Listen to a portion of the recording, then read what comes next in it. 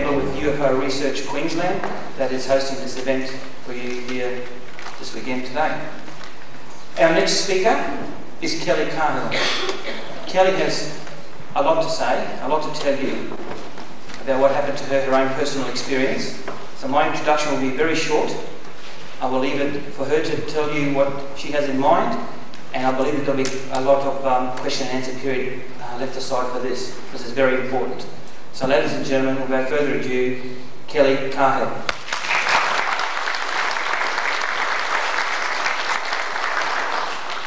Good afternoon, my name is Kelly Cahill. I'm a UFO experiencer, and I was involved in a multiple witness close encounter on the 8th of August 1993.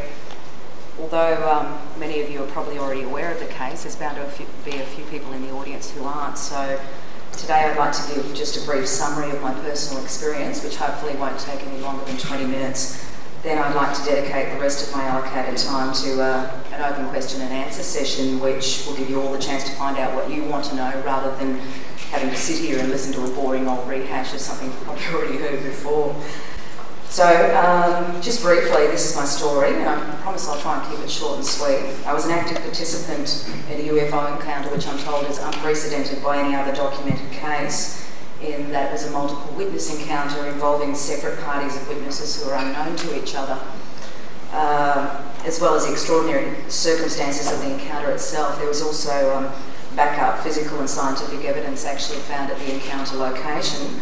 I believe that the next speaker, John Auchettl of Phenomena Research Australia, who's extensively researched and documented the case, will be getting a little deeper into this. So rather than talk about what I'm aware of from a second-hand point of view, I think it's best to leave that side of it up to him, and I'll just stick with my own personal story. I guess in addition to the ground traces, which John will speak about, there are also physical marks left on our bodies. The most remarkable of these, at least in my opinion, was the red triangular mark I found slightly below my navel. And the two female members of the second party were also marked in various places of their bodies, including similar triangular marks beneath their own navels as well. Because I'm only one individual, I can only speak about what I personally perceived to occur that night, although where I can do so, I'll endeavour to provide information on what I do know about the second party's participation.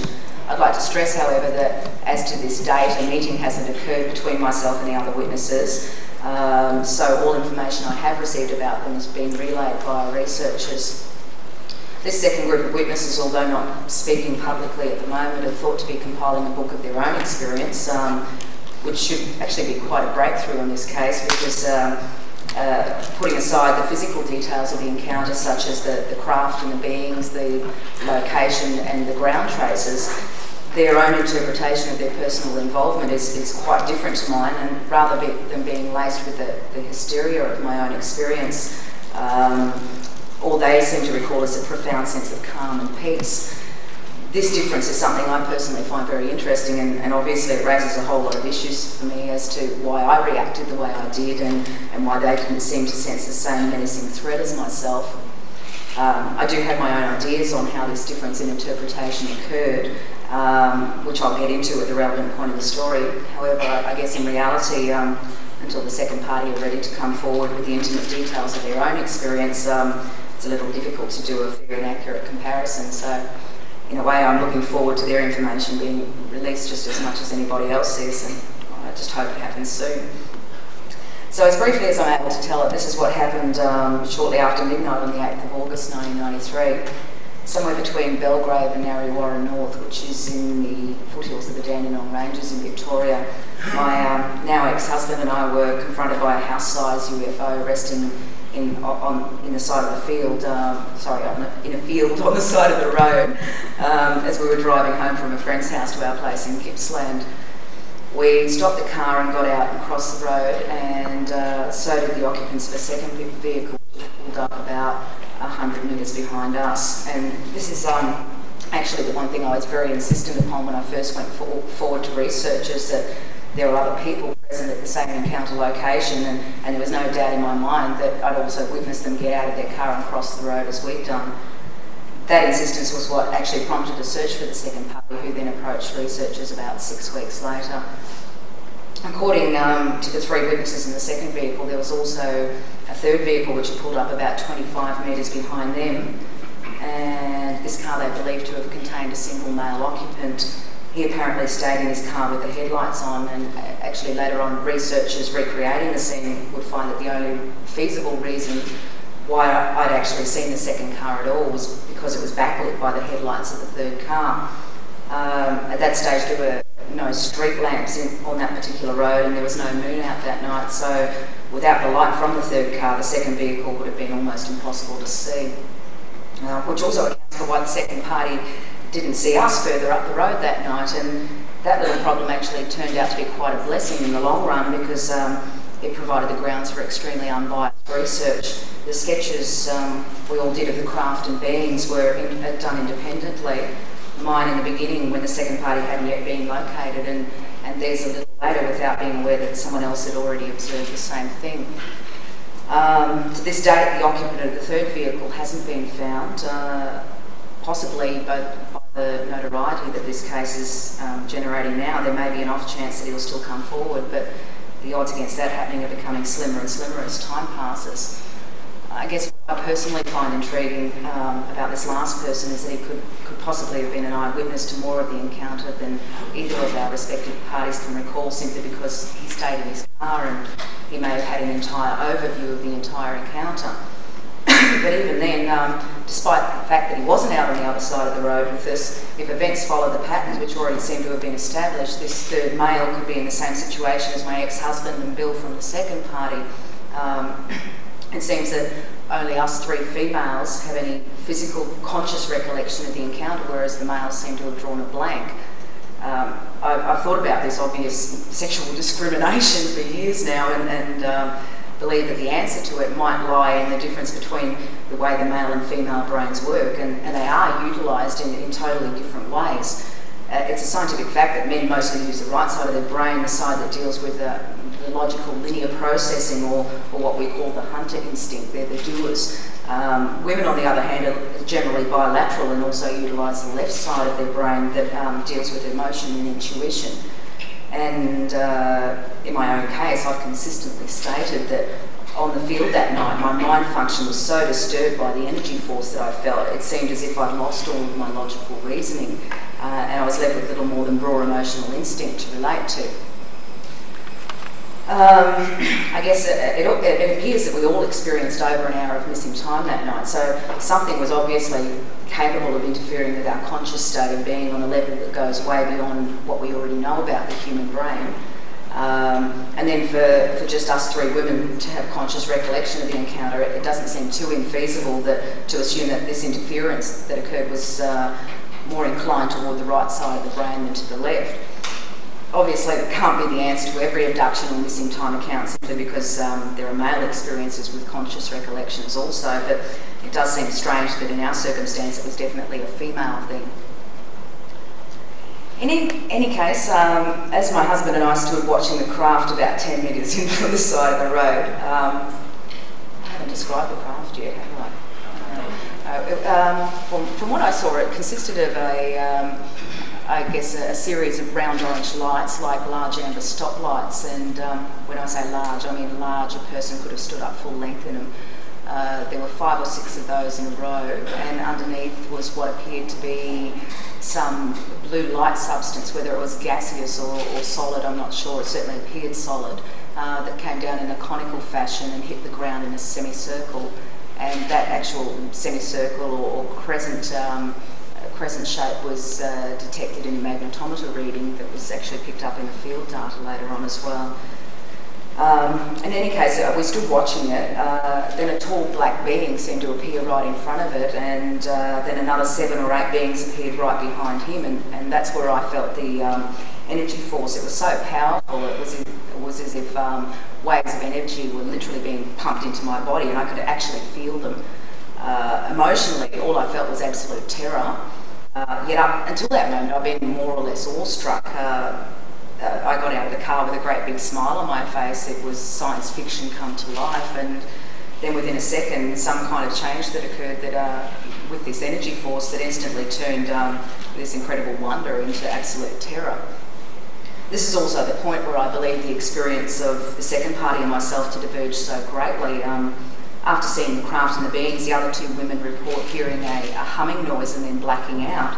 And as for me, I was subjected to an energy force so powerful that these days I believe that that was exactly what it was meant to do, to render me unconscious. And if that had actually happened, it had been the case, and I had lost consciousness, then I believe that all I would have had recollection of was this incredible sense of awe I'd been feeling only moments before. But instead I became hysterical and started screaming that they've got no souls. And at that particular moment I was absolutely convinced of the accuracy of that statement. I really believed that they had no souls.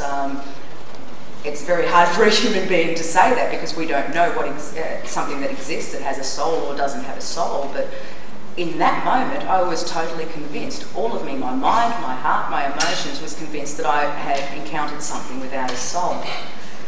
And then, as if in reaction to my yelling, these beings' eyes seemed to light up a bright, blazing red colour, and they rushed across the field towards us. About halfway across the field, they split into two individual groups. One headed directly towards us, and the other two in the direction of the second group, who were standing, I believe, about 110 metres down the road from where we were.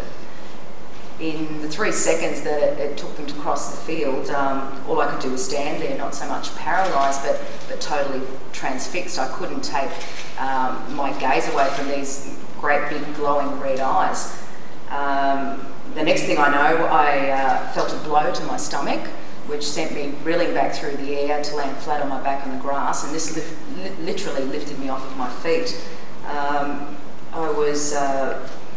I was winded, I was nauseous, I couldn't breathe properly, but I still managed to pull myself into a sitting position, and that's when I realised that I couldn't see anything at all. And for the rest of the encounter, or at least what I can consciously recall of it, I spent the time sitting on my butt in the grass, totally blinded.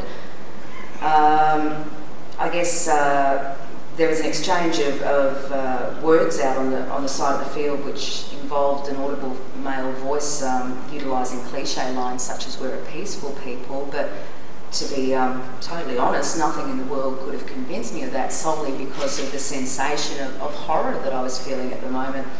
And to give you some idea of the terror I was undergoing, I was actually forced to put my head between my knees and throw up out of sheer fear. I don't think I've ever been that frightened in my entire life. In fact, I know I haven't.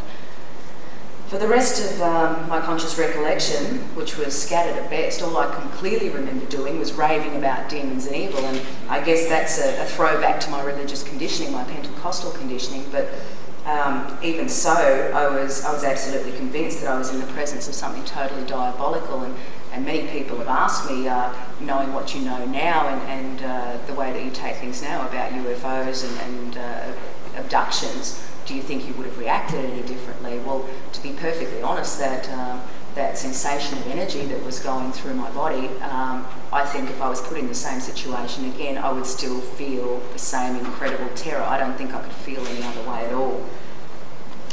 Anyway, at the very last stage of my conscious recollection, I remember a hand being placed on my shoulder in response to this male voice's command, will someone do something about her? And that was the final straw for me. I think all of my faith in God came out in one shot then, and I began invoking the name of God as if there was no tomorrow at all. And the next thing I recall was being back in the car, totally disorientated and wondering what on earth had happened. On our arrival home that morning, I discovered the red triangular mark and also that I'd started bleeding, and the bleeding continued for about 3 weeks until I was hospitalised with an infection in the womb, which there was no explanation for. Obviously, there's a lot more to my personal story than I can ever relay here today. There are lead-up indicators to the encounter, as well as a whole host of bizarre post-encounter fallout. For those of you who are still curious about the details, my book Encounters is available out in the foyer. It's not out in bookshops for another week or so yet, so this is the first time it's actually been made available to the public. And if anyone's already had the chance to read it, I'd really appreciate some feedback so I can see what's going to happen next week. There was actually something that I failed to mention in the book, only simply because I only found out about it a couple of days ago, but I was up on the field with a photographer from a magazine, and the guy who lives in the house next door to the field came out and he started having a chat, and he said he'd been talking to the farmer who owned the field, his next door neighbour. And the farmer had told him that at the time the encounter went on, 2 of his cows had gone missing and haven't been seen since. So I mean, I don't know exactly what to make of it, but it seems oddly coincidental that it happened at exactly the same time. And I believe John was telling me yesterday that the reservoir out on the land was also very, very low, considering the amount of rain that it had. It's almost as if a bit of water had gone missing as well. Anyway, as it is, all I've really given you is an overall view of the physical events of the encounter, but it seems that the effects on my life, including my perceptions and my beliefs and my spirituality, have all radically altered since the experience and continue to do so. Realms of thought processes and spiritual awareness have opened up on a new level for me, and these days I find myself in a labyrinth of possibilities and understandings that couldn't have possibly come to light if it wasn't for the encounter. It seems to have been a trigger to this new awareness that the world and our perception of it is really only very limited if we're only able to view it in one very logical, linear, boxed-off way. A UFO encounter has a way of shattering a person's entire concept of reality, I guess eventually allowing a bigger picture to unfold. And I hope that one day, by the sharing of experiences such as mine, that the bigger picture will be available to everyone, which is why for the past 2 years I've been actively involved in promoting the reality of UFO activity to the Australian public. This role is now extended to include my own personal interest in the research aspect of ufology, as well as providing as much personal assistance as I can to other experiences. I guess that going public on a UFO experience is no easy feat. There's very little to gain by doing so and much more to lose. One of the greatest losses I've experienced myself is the dissolution of my marriage, yet in reality it's really only the very tip of the iceberg. There's continuous judgments of character, of truth, of emotional stability, psychiatric health, and even general normality that seem to go hand in hand with admitting a UFO experience. And I guess that in the beginning this type of judgment can just about destroy the human spirit. As a result, I think that very few experiences going public have the staying power to remain and fight for the truth in such an accusatory, judgmental atmosphere. And personally, I don't blame them. There's been times where I felt extremely tempted to go away somewhere and crawl under a rock myself. I guess that leaving yourself open to be labelled circus freak of the year isn't for the faint-hearted, but someone has to do it if it's ever going to be taken seriously. And I think that it would be really worthwhile for people to remember that when other experiences who've had UFO abductions or encounters go out of their way to speak in public, they may have some bizarre things to speak about, but that doesn't mean that they're any less normal than what you are yourself. To me, what it means is that they're very courageous people who've taken a giant step and a leap of faith in trusting that you'll be able to see that what they've experienced isn't something they've asked for or instigated, but something that through no fault of their own happened to them. I guess there's many more UFO experiences and abductees in Australia than most people would even begin to realise, and believe me, I know I've met 60 or 70 of them myself, and I'm sure that for everyone I've met there's another 10 that I haven't, and yet even so very few of them are prepared to come right out and speak about it because of the ridicule that they know they'll be subjected to. Human interaction with UFO activity is an area that really needs to be given far more serious consideration than it currently receives. But for this to occur, it needs to be discussed more openly. So every person who's willing to stand up and say, this happened to me, are actually paving the way for the truth of UFO activity to be commonly accepted. And eventually the secret lives of many other experiences can be brought out into the open without that fear of ridicule, simply because a few brave people took the initiative to do it first. As it stands, we've already progressed over the past several years to bring the abduction phenomena out of the gutter tabloid press and into the more academic realms of the media. And because the serious-minded sector is beginning to take a serious interest in the phenomena as a whole, maybe one day soon the truth that something is really going on here will have to actually be accepted rather than dismissed. And maybe as a consequence of that, it just might be that more individuals will have the courage to speak about the truth instead of having to hide it for the sake of acceptability. Anyway, that's about it from me. Thank you for your patronage at this afternoon's session, and I really hope that it'll provide you with a deeper insight into the abduction side of ufology, and in particular that this phenomena is having an effect on real human lives, not just some case study in a textbook. Anyway, once again, thank you. Thank you, Kelly. Yeah, this is my favourite part of any conference. Well, we'll have to leave quite a lot of time open for questions, so feel free to ask Kelly questions. I was wondering what some of the three event identifiers were that you alluded to. Well, basically, after reading, I was put on a book ban in the beginning of the research because I was, I suppose, a UFO virgin. I knew absolutely nothing about ufology, and afterwards, by reading some other accounts, I began to find other indicators that something had happened in my past. Like I have scoop marks on my legs, and I remember those coming up 2 years before, and thought I'd grown purple dimples overnight and attributed it to my pregnancy at the time. And so there's a variety of different things like that I suppose they're clinical indicators, and if I'd have known anything about the subject itself, I possibly could have found those a lot earlier, but I had to wait until all of this had happened, and I'd been taken off a book ban and actually read some material till I could compare things to myself. Question? It's happened, the trip aboard the ship and so forth. Have you had the reoccurrence? Have you had the reoccurrence again? Because a lot of people do have reoccurrence. No, I haven't. I had I guess that was the physical experience, the encounter.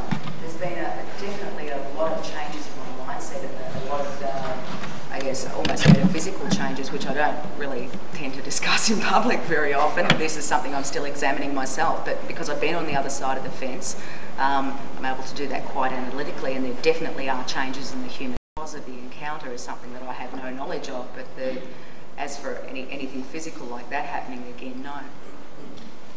How has it changed your spiritual beliefs? Well, I think I was well, actually, there's really one good line for that. God got bigger. You know, he was only little before. He had one little context to be in, and all of a sudden there was a whole lot more to the world, and a whole lot more to explore, and outside, it was like I went looking for answers outside and couldn't find those, so I had to go inside and find my own. So I guess it's created a lot of original thought and a lot of searching for truth within myself, rather than relying on other people's truths or what we've been conditioned to believe as, from the day we're born. There's a lot of comments about aliens being compassionate beings, right, and looking after the human interest. From your own experience, would you consider that to be a reasonable comment, or would you consider to have a different opinion, in view of the fact that abductions tend to be a violation of human rights to certain extent? Well, see, all I really know about is exactly what happened to me. Now, I've had a talk with lots of experiences. Some of them have had beautiful, beautiful, love-filled experiences, where other ones have been absolutely terrified out of their wits. Some of them have been violated.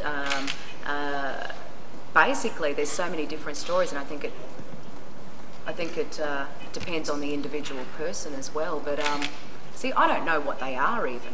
I'm not even willing to say they're aliens. I don't know what they are. I've gone through 1,001 possibilities. I mean, in the last 3 years, I could have written just about every episode of the X-Files. I've been looking so far myself, and I don't know. I only know what happened to me, and I don't know the meaning of it all. I don't know who they are, where they come from, what their motives are, or anything. No one told me anything.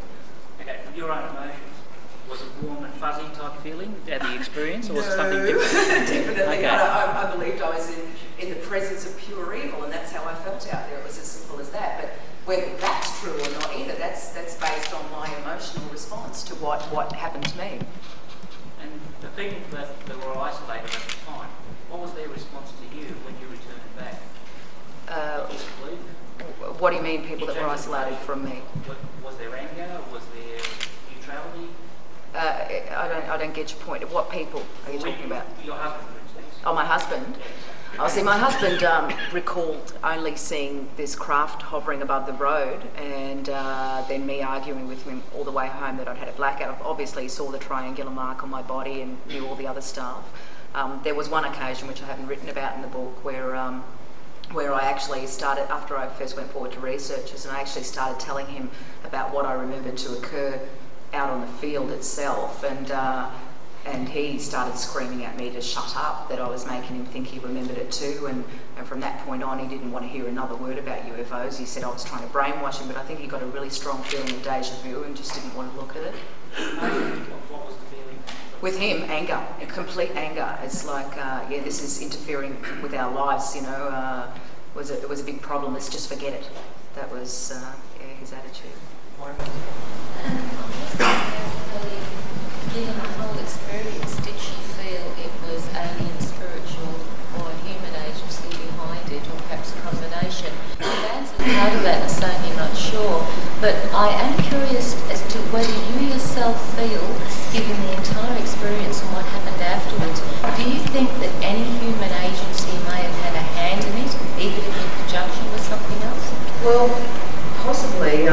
See, this is another thing I don't know, and again, when you look at different aspects of the explanations of what could be possible, you tend to, I suppose, go into the belief system of that, for even if it's only a couple of minutes until you look at something else. So I think that the explanations are feasible in just about every area, but none of them actually seem to have an entire explanation that'll cover the entire scope. So basically you're left with the same situation, that you don't know anything personally, and it could possibly be anything, and there's moments of belief in all of them, but what's the truth and what's not, you know, I don't know that either. I just wonder, given the fact that you can put everything on paper, but it can't always account for what your own feeling in your own heart is, what your mind can sometimes produce without being able to say why. Did you have any overall feeling as to what it was about?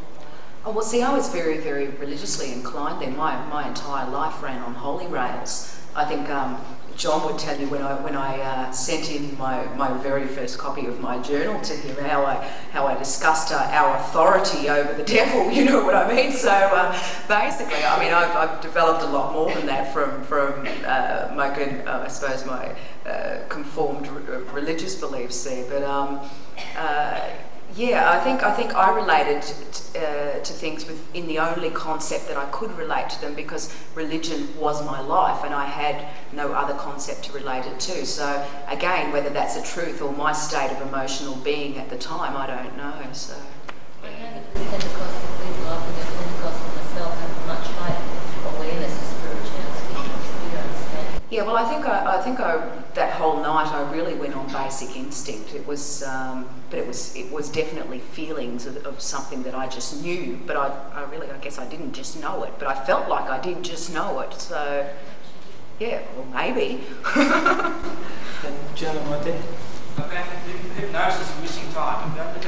Yeah, it hasn't worked on me. Yeah, I'm not a really easily hypnotisable subject. I'm going to do a couple of sessions later on, as you've done, Matt, when he comes back to Australia, but I haven't actually been successful in what I've done. It doesn't seem to have got any more beyond even the conscious recollection I already had, so maybe there's a mind block there, maybe it just doesn't work on some people.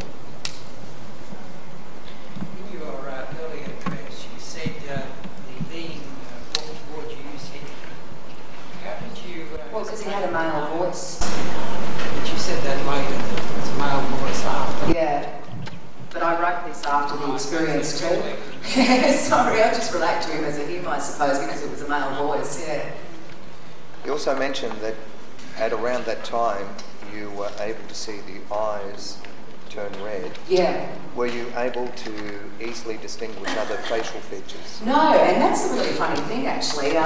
All the sketches we drew, which you can see in the centre of the book out there, all of us just drew these faces with big eyes. There was no other distinguishable facial features whatsoever, no mouth, no nose, not that we could see anyway. So basically all you could see was these great big red stoplights on these black faces. And yeah, I didn't see any more than that, and it seems that the other two women's drawings were identical. They didn't see any other facial features either. Take them from the back. How much time had actually elapsed? About I suppose if I put in my 10 minutes, the most it could have been was probably an hour and a half, but I'd say I remember about 10 minutes of it. So you're sort of looking somewhere between an hour and a quarter, and I believe the other people have said they were missing over an hour as well. So yeah. How would your husband have explained this? That's in the book too. He just argued we must have left at a different time, and he said to me on the morning when we got home, if we'd have left at if we'd have got home at 5 o'clock, he would have said we'd left at 3:30 because he was driving. You know what I mean? So you can't argue with logic like that, unfortunately. Gentlemen up the back. Kelly, I fancy I only heard a report earlier on that you actually were aware of a craft in that area on your way to where you were going. Yeah, well, yeah, I only covered a little bit of it today, but that was the first time I saw anything. Was in the afternoon, was this circle of round orange lights in the field, and it's the first time I'd actually thought I'd seen anything, not the same field, it was actually further up the road, closer to Belgrade. Did you ever get the impression that, oh, hang on, she's going up there, we'll wait for her to come back? Well, yeah, actually, it always, the more I look at it, it seems to be like a setup. It seems like they waited, you know. I can't say, I guess it does appear to be that way, and I quite often feel that way. And even looks more of a setup when you see that it's a multiple witness encounter, and the other car, when approaching the encounter area, all the occupants actually got nauseous. The car spun out, hit a pole, and they were forced to sit on the side of the road for 10 minutes and recover their composure. And then we passed them, and then they drove into the encounter scene as they were getting over what had happened to them. So it was like they were almost like they were stopped to me. But I mean, I don't know that for sure. It just seems that the circumstances make it look like that. Gentleman on the left. Kelly, when you say you were speaking to him, one of them hit you, do you feel you were talking to him, or was it telepathy? Oh, when I was screaming. I was screaming at the top of my lungs. I was terrified.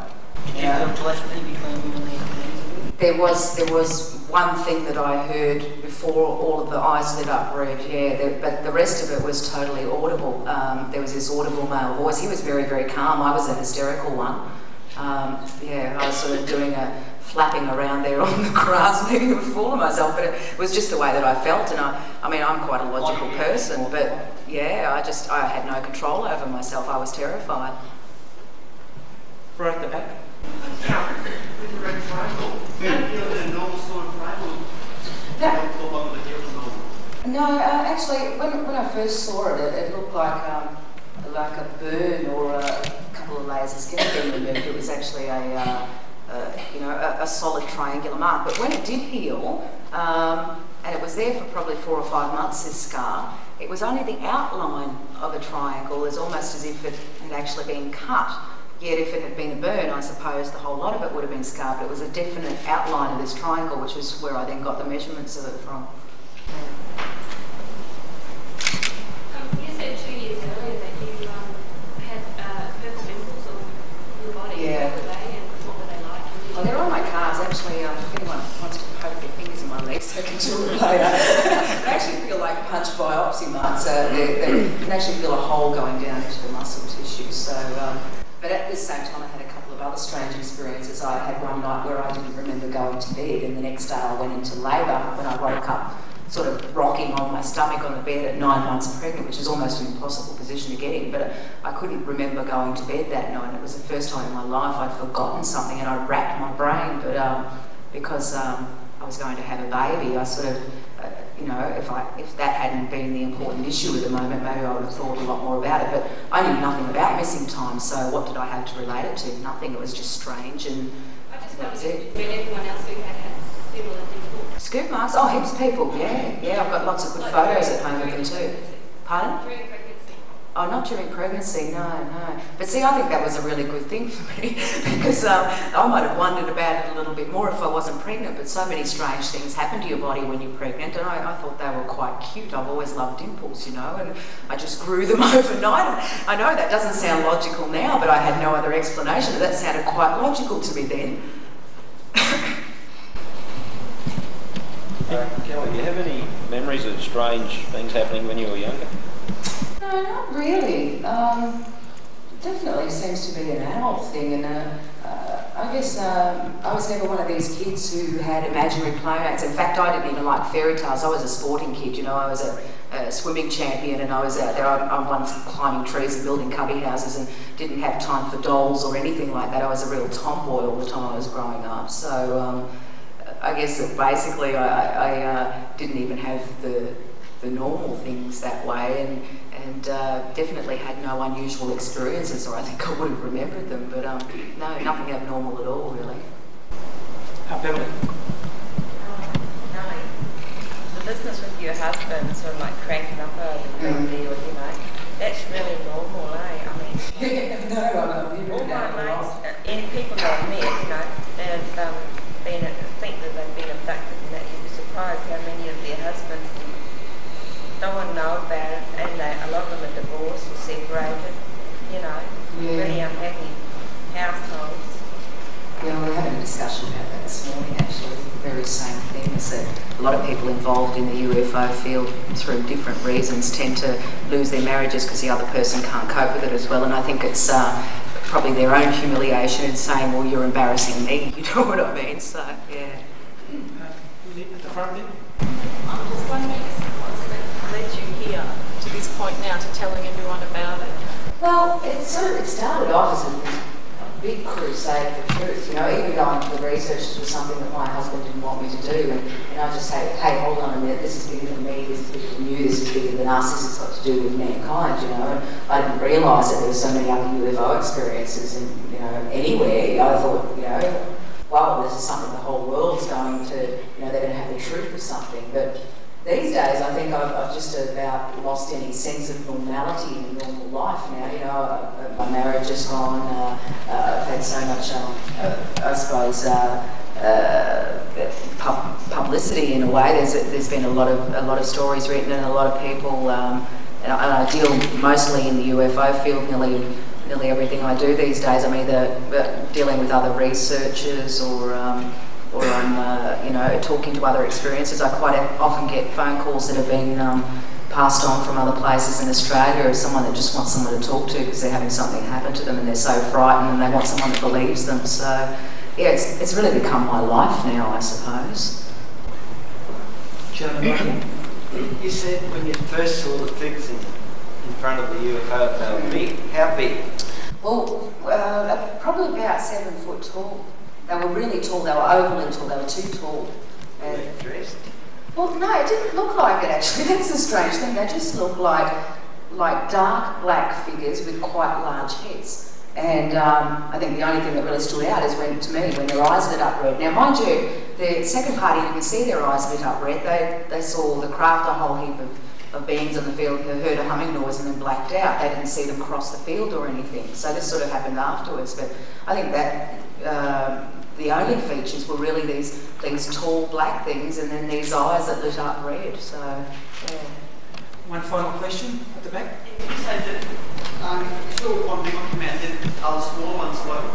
Pardon me? Did you say that when you first saw there was a big tall one about 7 Yeah. and then there were small ones? No, they were all the same size. It's just like one appeared first, and I don't know where it came from. It just seemed to appear, and I've always thought maybe it could come out from the blue light underneath the craft, but it just seemed to appear.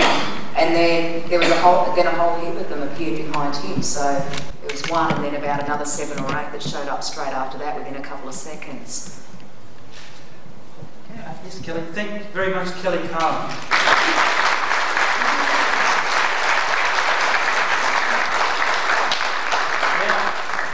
I'll call on John Auchettl. John Auchettl did a lot of investigating in this case, so the stories are not quite finished yet. For those of you who have just joined us, I'll just give you a brief rundown on John. John was born in 1955 in New Guinea into a medical family. He left Papua New Guinea in 1970 to take up university studies and army life and a career in aviation. His education and qualifications include physics, electronics, computer science and aviation. He is currently a commercial pilot working in the aviation industry, and he enjoys science, art, politics and strange phenomena, which he has researched for over 20 years.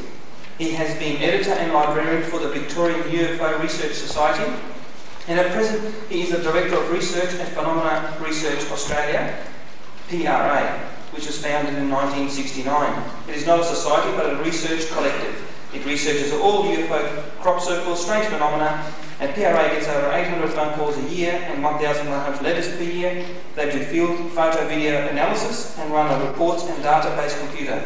It reports numerous articles and reports to various scientific books, newspapers, journals and periodicals, with a number of Australian and overseas TV productions. Ladies and gentlemen, Mr. John Auchettl.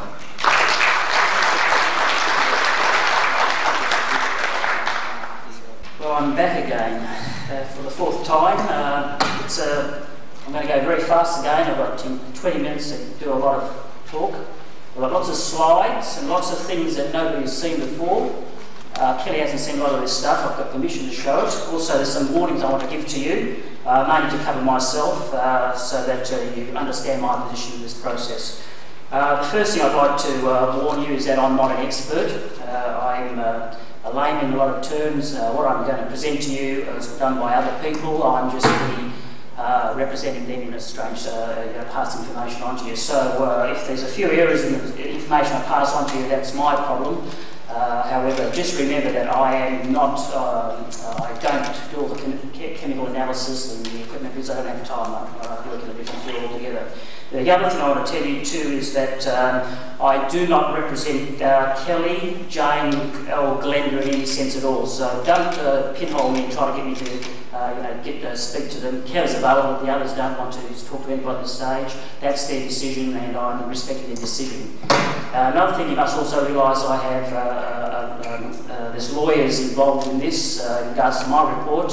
And we have a signed agreement at this stage in regards to certain bits of information, and until those problems are resolved, I'm also going to have some confidential items that I cannot reveal to you. And when that's resolved, I'll be able to produce our report, which 400 have been produced and all are sold. The other thing I'd like to indicate to you is that the independence of the research. I'm in the field all the time, but however, in regards to research, we get other people to come in and do the research. The reason for this is if I'm in the field collecting all the material, I advise the material straight away. The basic reason is that I'm already sold on the subject, so I get other people to come in and do the research for me. Consequently, I pay them for this, so it comes out of my pocket. At this stage, we've spent about $13,000 on research. All the researchers involved in the chemical analysis, the equipment's very expensive and requires a lot of work and hours to be put into it. And we did major research in regards to hypnosis, and if you know what these people charge, it's about $100 a minute, so by the time you go through it, it's quite expensive. So if by the time you put all this together, it's quite a costly item to follow on. Some more things to note, keep an open mind, don't take my word for it. It's for you to make a decision. I'm not taking the terms to you. You come to those conclusions. Observe what I'm going to tell you and make a decision from there. The other thing I'd like to tell you is that how I operate and how I run PRA is that we collect information and we test it and then we provide models. And the reason for this is that in the world of science, it's impossible to repeat this information. Just like a car accident, once the accident's occurred, the police officers don't go and collect the cars again and re-kill the bodies. All they do is collect the data, the facts, and then remodel the information back. And then what we do then, we then prosecute the case. We don't take Kelly's word for it, or the others. What we do, if they tell us something occurred, we then take their statements and then try to prove it wrong. In the end, what we do, we balance the case, and if it falls in their favour, then I'm happy with that. And that's the way we run our law system, and that's the way I like it. It's very hard to research use a lot of scientific technology in regards to this, because the event is a fleeting event and it's gone.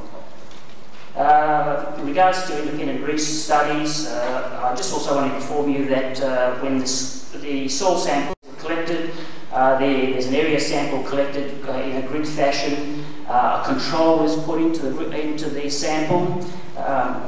The sample is then shipped off to Monash University. They do analysis. When they give us their report back to me, we then send another sample sequence off to an independent commercial company who also do the analysis, and then we do just do a check. So we do a double, we've got to back up all the time. And the reason for this, in the world we live in today, I think we need to be very professional in what we research, rather than just take a chance of being caught out later on by people who are rather sceptical about our research.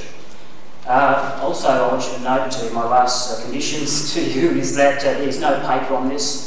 The reason for this is that I can't explain it to you in 20 minutes. It's 180 pages, lots of pictures, and it's impossible for me to do this. To start off with, I also want to indicate to you that quite a few studies were done, from hypnosis to MMPI examinations. Full medicals were done on the girls. Ultrasounds were done on the girls, field research occurred, chemical analysis occurred, and a field check on our computer to see if there's any other activity in the area. There is a lot of other things, little things. What we do, we eliminate things as we go along. However, once we got the other couple, we went straight into the full research process. Now, I want to first get into some important items about. Am I going too fast for you? Okay. I'll work in the dark anyway. I think it's the best way to go to put my face. If you're looking for a while, so I'll just have a look at something. I just want to indicate first a few things to inform you of how the process operates in regards to science. Can you see that? Focus? Hang on, I'll zoom in on.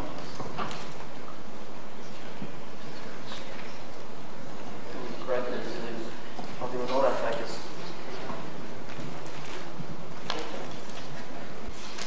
Unreadable. Okay, what I'll do, I'll just read it off the OHP. I just hope that the slides come out okay for you. In science, science requires a lot of, for approval, they require a lot of information, and the procedure is that one of the main causes that what you collect experiment should be repeatable, and I just indicated that's impossible in this case. Also, there should be no bias in the case. Sometimes that's impossible when you're dealing with people in certain field research. The other thing to look for is that you should be not work on hearsay. You should also not jump to conclusions. You must test claims and test again. The other thing I want you to tell you is that this is important to researchers out there, and a lot of researchers don't do this. Theories never become facts. Theories explain facts, so always remember that. So this is what the problem with UFO researchers today is. We've got lots of theories out there trying to explain something that's very complex. Now let's go straight into this. And I hope this all works out. In fact, I'll jump that slide, I'll go straight to the LHP. Another thing I'd like to apologise for, I didn't realise I should have bought all the original stuff, but I didn't realise it was all available. Can you see that? I'll see what autofocus it. Okay, I'll press on. This is the New Memory area in regards to Melbourne is over here. Narra is down here. The hills are up here where Kelly was coming from, the other group, and across here is open paddocks. This is a valley of some valley, and over here you can see the creek where the name comes from. Over here is a bridge. In regards, there's the average scale. That's about 100 metres. Let's flip up a bit further here. In regards to the encounter, it comes around the corner. I'll show you another map. They come around a corner, around a bend. This is a road in here. They've come up the hill here and stopped to here. Kelly's located about here. The Glenda and Jane are down here, and the third cove, the Malin, is about here. Across here is the rough estimate on this map of the UFO location. We used line of sight trigonometry to actually get the location, and also from the bridge you could also use that as a guide. And then we ran the research around that area, and it all came in perfectly, which is a good indication that the locations were correct and the information was correct. There's the estimated distance. It was in about 192 metres in from the road, which is quite a distance. And Kelly was up, the second car was about 110 metres down, the other one was about 38 metres down from the road. These are estimates we're working on, figures, these are just guides, but they're pretty close to what actually occurred. This area is very dark at night, that's true north in that direction there. I'll come back to this later on.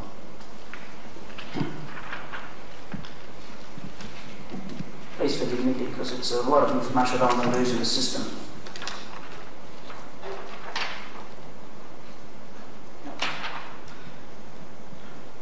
This is a larger profile of the area. Again, this is an OHP, I'm sorry, so it's going to be a little bit blurred. This is looking at some distance. There's the reservoir up here, lake, that's a water supply reservoir. This is the area we've just discussed, right in here. This is the road that Kelly and them actually came down from the hills, and the girls. Now, Kelly's case has occurred in this area, but the others' case started in this area here where they had the accident. I can't explain the whole details. They ran off the road because they felt ill. At that stage, Kelly and the other person had overtaken them because they pulled off to the side of the road.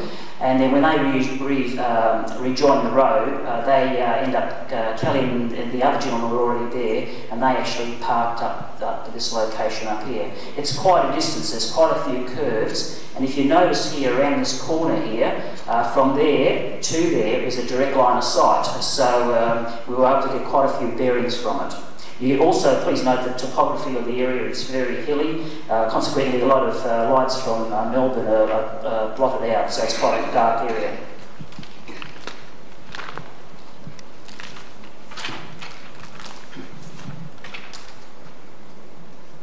Can I zoom in on that?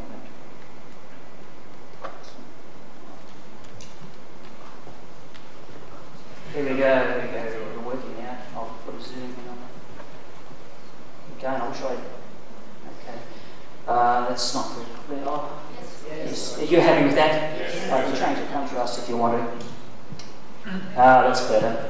Okay, again, I should have brought the originals, unfortunately I haven't. This is from the bridges around the corner here, and this is the direction. This is taken off the side of the road from my car. However, their car would have been obviously on the road. You can see up here is the area of the contact, and they both described seeing it in the distance. So it was quite, they observed it from some distance before they actually went up the hill and had to actually stop. This is the turn up the bend. From this location, you will note to the left here, the other car was placed about here. The girls were here and Kelly was up around the corner just about where that car is. Now, there's a lot of foliage here which worked in our advantage. We tried to estimate where the location of the other car was, and would you believe there was what we call a firing corridor or corridor between the trees. So that closed the angle of research, angle of vision we had to work with. And I sounded out Dr. Ron Barnett with a big pole, and with a walkie-talkie, we walked around until we got into the location where he fit, where I could see him, the end of the pole with the flag on the end, and he marked the location, and lo and behold, after doing a few cross-references, we were right on spot at the location where the magnetic readings were taken, and we found the unusual markings on the ground.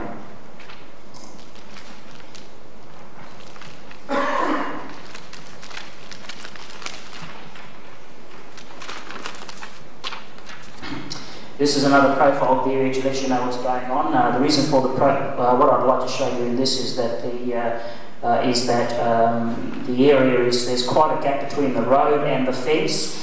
This is the only power pole that was there. It's a transmitter on the power pole. The lines run towards us. After that, there's no street lights at all in this area. But I believe now there is. I haven't been out there for a while. Kelly's car would have been around about that car there. The other car would have been down here somewhere, and the other gentleman down here. That is an electric fence there, and the paddock here is, at that stage, was very wet and full of mud. And I slipped on my bum quite a few times, and it was quite a task to get involved in the area. That's looking up towards the roundabout. This is looking down from that same location. You can see the transformer up here. We checked with the SEC to see if any damage had occurred to the transformers lately, and there was nothing at all. This is the the high voltage actual electric fence for cattle, and it was one of the strong ones, so if you touched it you would have got knocked over. In fact, I brought it up with Kelly that when she did get knocked over, that there's a possibility that she may have touched the electric fence. However, that's open to dispute, and Kelly disputes it, and I accept that as being the case. But that's another idea you can look at. You can see in the background here the mountains where they came from, and all you can see the hilly nature of the country.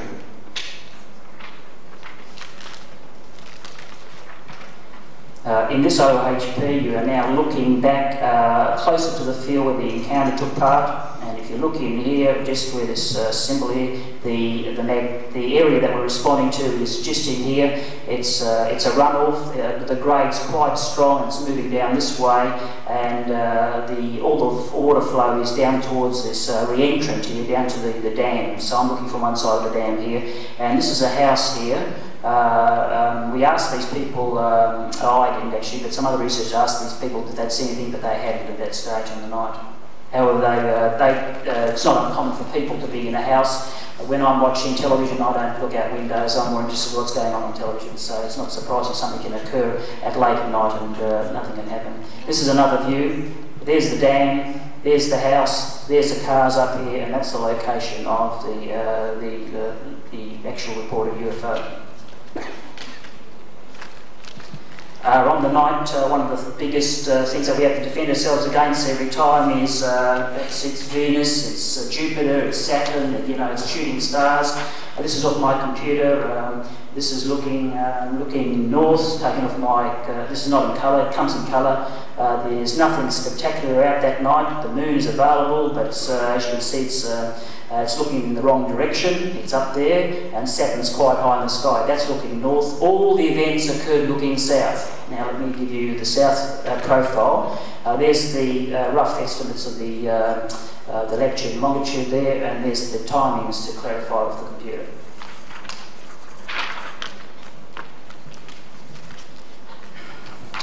This is the readout off the computer. There's the date and well, my computer works off GMT. There's the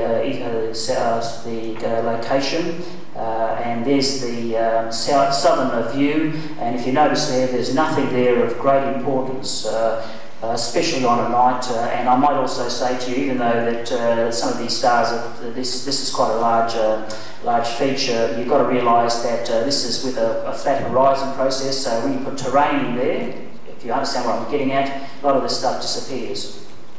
But there's no doubt there's no star features or planets involved in this encounter. In Kelly's book, this is the... let's just zoom wrong way. In Kelly's book, we matched up to, as you can see, one of the interesting in doing a check of this is that you discover that this is Kelly's drawing that she did with me. Down here is Kelly's rough estimate of the size of a person, which worked out reasonably well actually. She was spot on.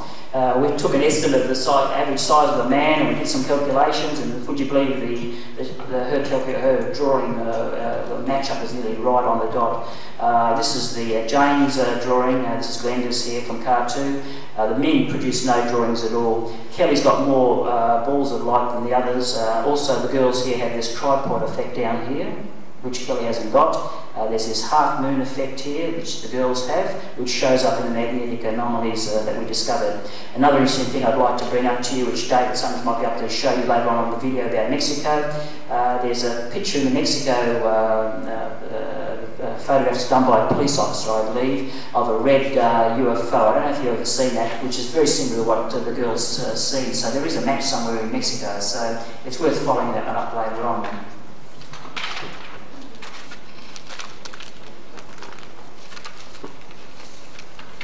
These are supplied to Kelly's book.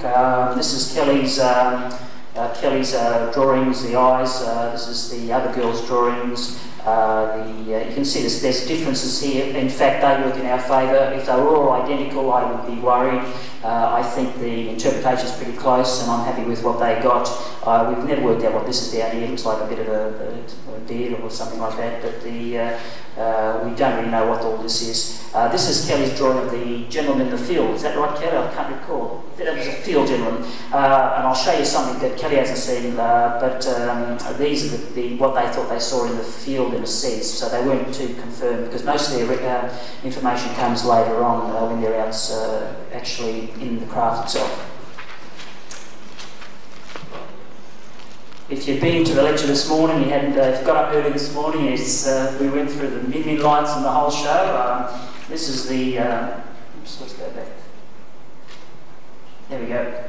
This is one of the local Aborigine drawings found up in the Kimberley district, and this is one of the drawings done by Glenda. There we go.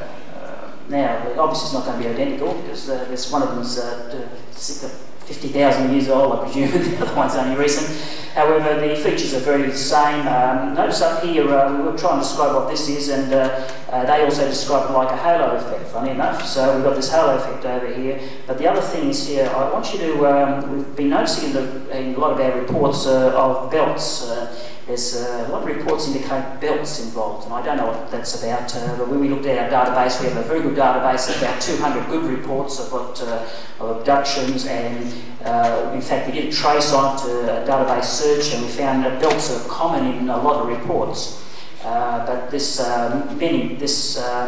straight type of shape, this is an entity that was seen inside the craft itself.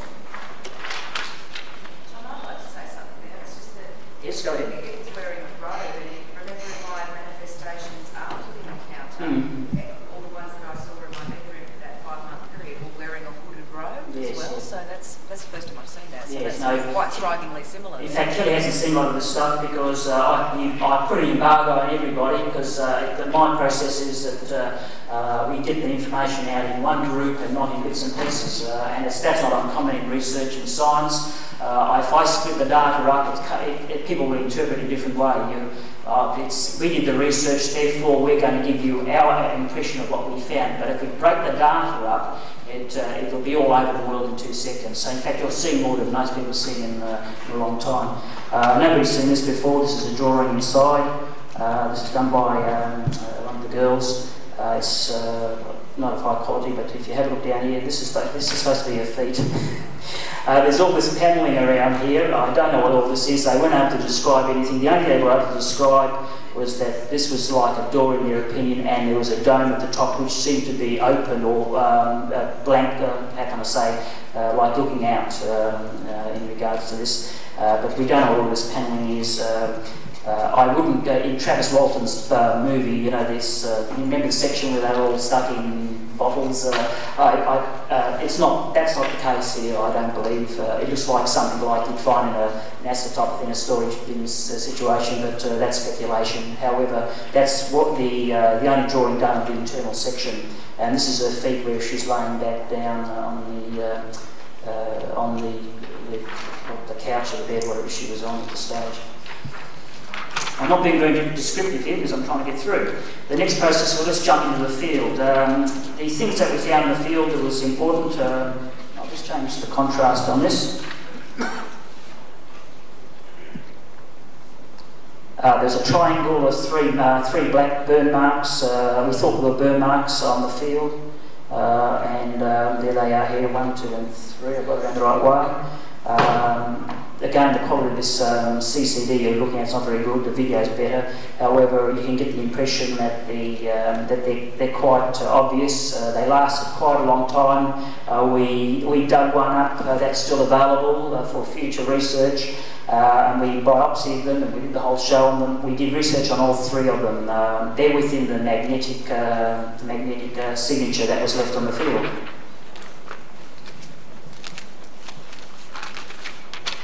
This is not the graph that I used, but this is how we divide the field up. The field's divided up into a grid pattern.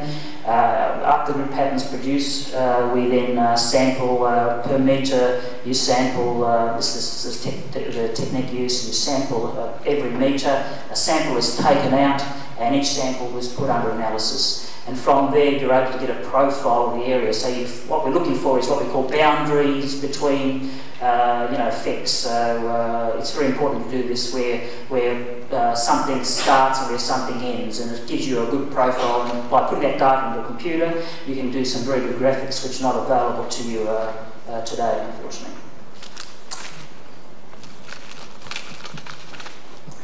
Rightio. The next thing is that you've probably seen this is in Kelly's book. There's a number of these guns. One I like the best. So this is the magnetic. This is the computer-generated information from the magnetometer that was used on that day. This is the north direction here. There's this the anomaly that we're involved with. The black triangles were found in here. The diameters match the drawing, the descriptions of the drawing. And over here, there's another spike over here which intrigued us. We thought, oh, we're in treasure here, so we went out there after we've done all the field work to dig it up. And you can imagine how excited we were. We thought we were going to find something important, and lo and behold, this is what we found. A piece of metal. So it was very disappointing. However, it was worth having a look at, so that's all that was in that area. I'll fix the contrast on that, can I? There it is there. So it's a waste of time. We had no explanation why it's there. It wasn't anything unusual, by the way. It looked like a bit of farming material. This is of the magnetometer. Magnetometer reads in a special way. It's all computerised. It's a mobile item. One gentleman carries the head, and another gentleman carries the computer, and it automatically reads information in. Why I've given you this this information here is that it shows you the boundaries. That there's obviously a boundary in the process, so that's the reading off the boundary. The beauty of the system is that it's a very precise instrument. It's a very modern instrument, and Dick Smith's the only other person that I know that uses it. So we're right on top of the skeptics in regards to this nowadays. Also, an airborne field spectrometer was used. A friend of mine flew over the area, and we did this also in northern New South Wales just recently at another abduction. This is the slide taken off this. These are computer generated. They're not really to scale, however, they give you some interpretation of the area. And you can see down here, this is the road area here.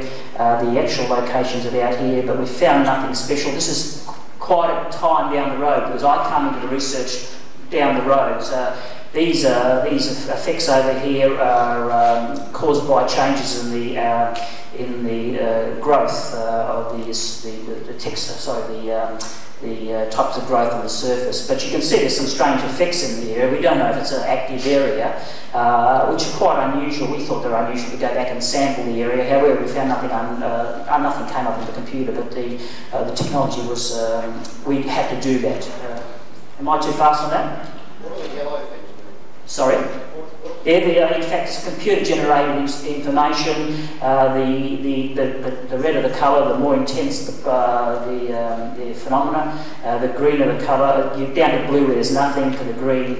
And I'll explain now. I'll show you what I mean. What are you measuring? Sorry, we're measuring light reflecting back off the field, just like a satellite does. And I'll show you the technology here. It's available here. What happens is the sensor head here, the sun shines down on the field. As you know, we have certain items absorb light, and then the other parts are reflected. However, in the modern technology available, and this is in a sample here, this is also some literature that's we use, and I'll just zoom in on that. Hang on. I'll get a bit closer for you. I don't want to waste time. I'm sorry to get too technical for you. There's the head there. This is the growth here. And what happens, the light reflecting back is monitored through the sensing head over a period of time. And you can do some startling analysis. And what they do, they go back and resample the surface. And you can get satellite technology. You can see certain types of grasses and trees and things like that will produce a different spectral line. So you can get a lot of information from that. It's vital for research in geology and forestry. It's very expensive equipment, but it's getting smaller as time goes by. It's very technical and it's outside my field, but it's something that's available to researchers these days. I don't want to dwell on that because that's a 4-year course. Again, I wish I'd bought the originals. This is a black substance that we found on the site within the circle. This wasn't to do with the markings, the black markings. It's an iron oxide in the dark. It's quite strange. Normally, you get the oxides usually come in an ochre type of colour, but this was a dark oxide, and we believe that's what's triggered the magnetic effect. We don't know where it's come from. It's quite unusual. There's more data on that in the report. I won't dwell on that, but again, the slide doesn't do it justice. The colour here is due to the OHP, the originals. In the soil or on the ground? That was in the soil. What we did a dilution process. And after we did all the basic analysis, they break it up, they put it into a liquid and separate as much of the material out as possible. There's lots of tests available which are outside my field, but they're looking for bits and pieces. There might be some artefacts, there are bits and pieces there, and that was the product which we believe, it's magnetic. We believe it was the thing that responded to the magnetometer. But in the next slide, what might answer your question. Oh, hang on, I'll flip ahead here. No, I'll keep going how I'm going because I'll confuse my progress. Did you, if you don't mind? No, it's okay. Can you did you find any other samples of iron oxide anywhere else in the field? Or no. Did you have a look? Or? No, we looked through the field. Like I said, we do sampling outside the location which is required, and we didn't find this product anywhere else. The other, like I said, the unusual thing was it was black. It's quite unusual. Normally, you find the oxides.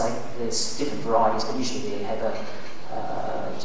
they get a browny appearance to it. But it was an iron product. But it was able to be. It was quite thick. That's why we got quite a big reading on the field. Normally, you wouldn't get a reading this. You've got to see the machine set up. It measures the slightest. It measures in a vector, by the way. It's however, it can measure the slightest amounts of variation in the magnetic field.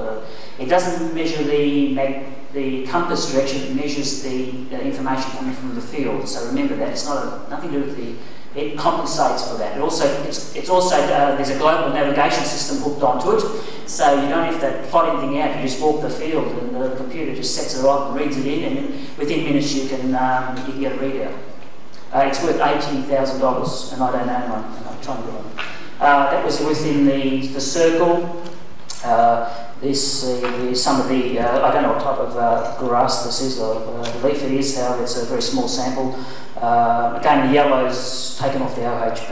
It's a lot better clear than that. But the thing to note here is the damage to the surface of the leaf. This only occurred within the area that we did the analysis. And as you can see, it's quite small, small puncture marks within the grass itself. Here's some of that black stuff here. The stuff didn't die off, funny enough. It retained its growth and recovered quite well later on. We sampled quite a bit of this stuff. One of the most important items that we found in the location was a product called pyrene. Pyrene it's a carbon-hydrogen combination, has a molecular, I'm about to say, but it has a weight of 202.26. It's found in coal tar, has a melting point of 150 degrees centigrade. But pyrene's a very unusual thing. It's a carcinogenic, and that was found in great quantities in the area. Again, we can't explain that. It's in fact, if you're a smoker, you're also smoking pyrene. That's probably what causes cancer. But it's a very unusual thing. In fact, that was the thing. We did quite a bit of research. So we looked through a lot of abstracts and did a computer search on Monash to look for papers. We found nothing unusual. It's commercially available, of course, but the interesting thing about here, one of the things that we have when we do research, we're always worried that people are going to see the field. To make the story look more interesting. Well, to get pyrene is a very difficult process, it really adds to the story. It's a very unusual product. John, did you say it was within the... Yes, in the area of interest, outside the area of interest, it wasn't found at all, which is, again, a good indication. And we can't give any explanation why it occurred there at all. We couldn't find any commercial reason why it would be there. I believe it is, correct, I can be corrected on this because I've got my notes, but I believe it's photosensitive. If anybody know that? I think it's photosensitive from what I get from the notes. However, what's that got to do with it, I don't know, but it's something you can look at. Again, this is another slide taken off our research. This is tannic acid. Tannic acid is water soluble. It should have disappeared by the time I got into the field. We found it mixed up in a wax. There's a lot of this stuff available. Tannic acid you probably know as tannine. Tannin is used for tanning hides and all that. So it's commercially viable product that you can get. It's a vegetable origin. But it's an interesting thing, the blackening effect that occurred was due to the tannic acid. And interesting thing that I found when I was mucking around is that if you mix tannic acid with an iron salt, a ferrous salt, it produces blue and black colours which produce our inks. So that's where we think the blackness came from, due to the tannic acid. Also, strangely enough, used in medicine, in medical, where burn patients are burnt. It stimulates growth. And it's something you should think about. It stimulates growth. So burn patients sometimes tannic acid is used for burn patients. Again, that's beyond my field. You have to ask an MD about that. What's going on? The other thing we were a bit worried about was cows urinating in the field. We had a few of those out in the bush where a cow will urinate, and there's a big circle and a darkening of the area where it died off. We're looking for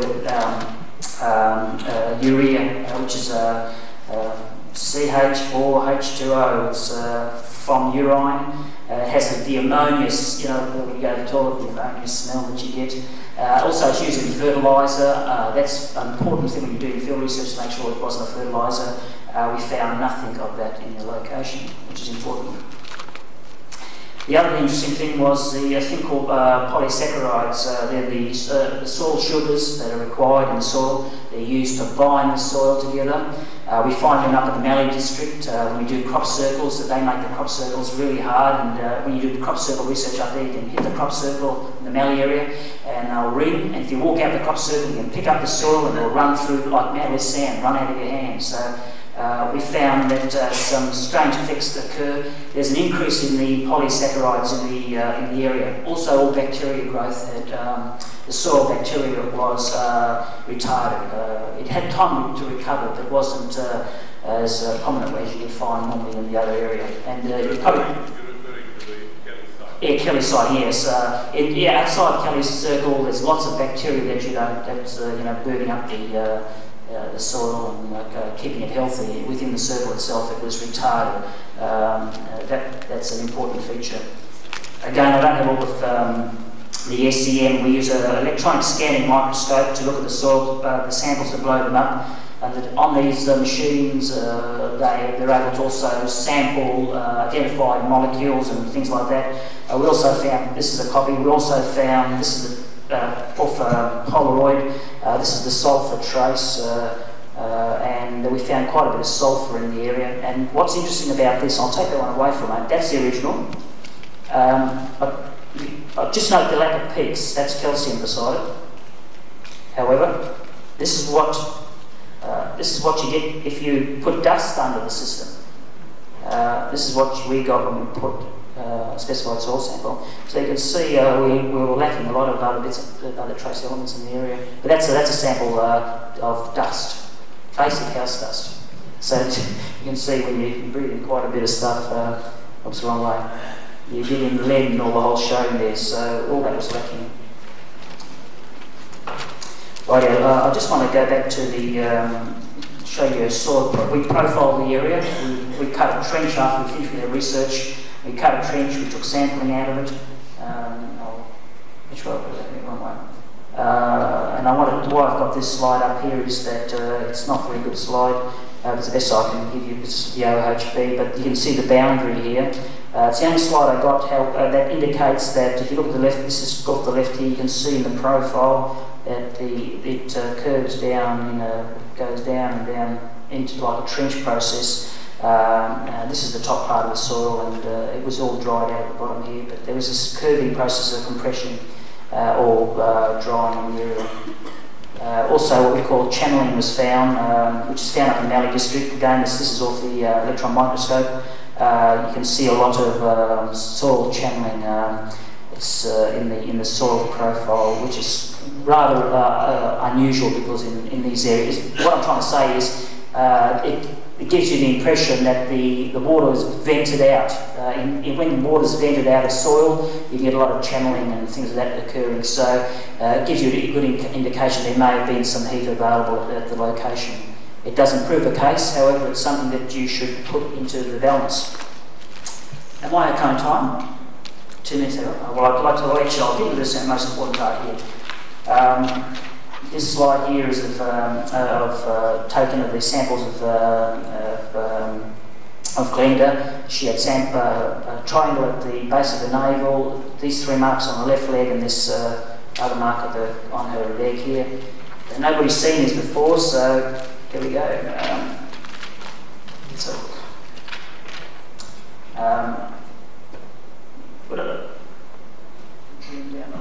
No, that's the buttons. There's the 3 marks on her left leg within her inner thigh. This is the contrast. This is the mark around her leg. It's bruising. I'm sorry about the quality. These were taken by an MD. She's a registered nurse, so she identified there was something wrong with her, and it's due to her foresight and her knowledge that we've been able to get this stuff. And this is the first time I've ever seen something like this, and I think a lot of people, this is from her stomach. This is the triangle, and I'm sorry about the quality. I'll try to zoom in on it. It's swollen at this stage. The MD found it unusual. They did a biopsy on it. They found nothing, nothing cancerous or anything like that with the biopsy. Hang on, I don't think you can pick up the triangles, the quality of the product is, so I'm just laying my finger on it here. You can just see the triangle. The triangle is, you can see the top of the triangle there, bottom of the triangle there. This white bit here is a piece of skin growth outside coming out of the surface. It's her navel there, obviously, and it was very defined. You could quite easily see it, and it's gone now. However, you can see quite easily that there was a triangle, and to us that's a good indication. And it's due to the GP and her training, because they felt ill the next day. They felt as if they'd been in a rugby match. And you wake up in the morning, you've been drinking heavily, and they couldn't work out why they'd been so badly hurt at that stage and why it actually occurred. And soon we've run out of time. I'll stop there if you like. Well, the only thing I've got is that if you're interested in that magnetic information, we did a check with Canberra. There's off the computer systems, there's a thing called MAG show. It's a surface plot map for daily activity of magnetic effects, and there was quite a bit of magnetic effect in that area. Oops. Just flip down here. I'll just flip it up so you can see there this is a over time period. You can see there's quite a bit of magnetic effect on the day. In fact, we're bombarded all the time. The sun is affecting us all the time. The moon's affecting us all the time. There's lots of gravity waves occurring. You don't believe a gravity wave will occur. In fact, you wouldn't believe I haven't bought it. There's a gravity wave graph I produced from the department to see if there's any. We looked at things like gravity effects. Other interesting things was volcanic effects, earthquakes. We found nothing of volcanic earthquake effects. We went through the whole process of the thing. And another bit of information you'd like to know: we used the helium head on the magnetometer. And I'll just show you. This is the last slide. I do apologise for taking up everybody's time here. And I'll flip back here. Jeez, I'm going to learn this one day. There's the Earth. There's the maximum human tolerance up here. It's up here in Teslas. Depends on which system. Amp meters, Teslas, Gauss and Gammas. I use Gammas. It's the best system available nowadays. However, amp meters all come in different sequences. It depends on which field of technology you're working. This is the effects on Earth. That's around what we usually affect us.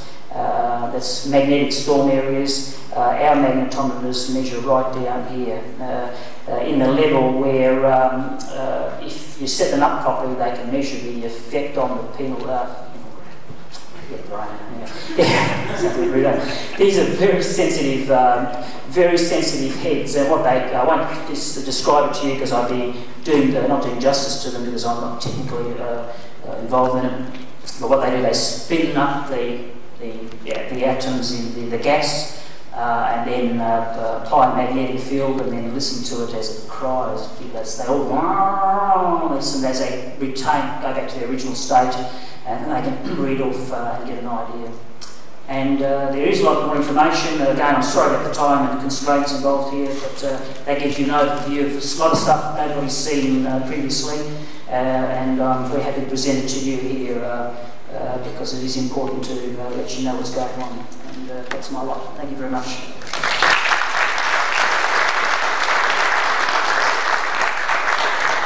Thank you, John. He's obviously put a lot of work into that. Does anyone have any questions for John? One question there. Yeah, I was just wondering, all that information came from the site where the craft landed, right? Yes, that's right. Yes. What about where Kelly was standing? Did you do any tests there? At the car location of the car area, it's contaminated with lead. It's tarred. It's it wasn't worth. It's just not worth putting any research in there. And also the field. In fact, that's one of the mysteries that we discovered. As soon as you walk into the field, you get covered in clay mud. And none of the girls were, in fact, you can lose your shoe, and all the girls were wearing heeled shoes, and not one of them reported losing a shoe. So it's something like a pickup service and drop-off services operated here. And this is a strange thing. Even today, it's a very wet area. It was, and the interesting thing is you can't walk in the field. I slept over a number of times, and we had great difficulty doing research in the field because of the mud and the muck. One more question up there. What happened to the ladies inside the car? You've got another. I can't explain it to you at this place. It's very detailed. It's in the report. From what we can gather, they didn't feel it. They were quite happy, quite sure they had a great experience in their seats.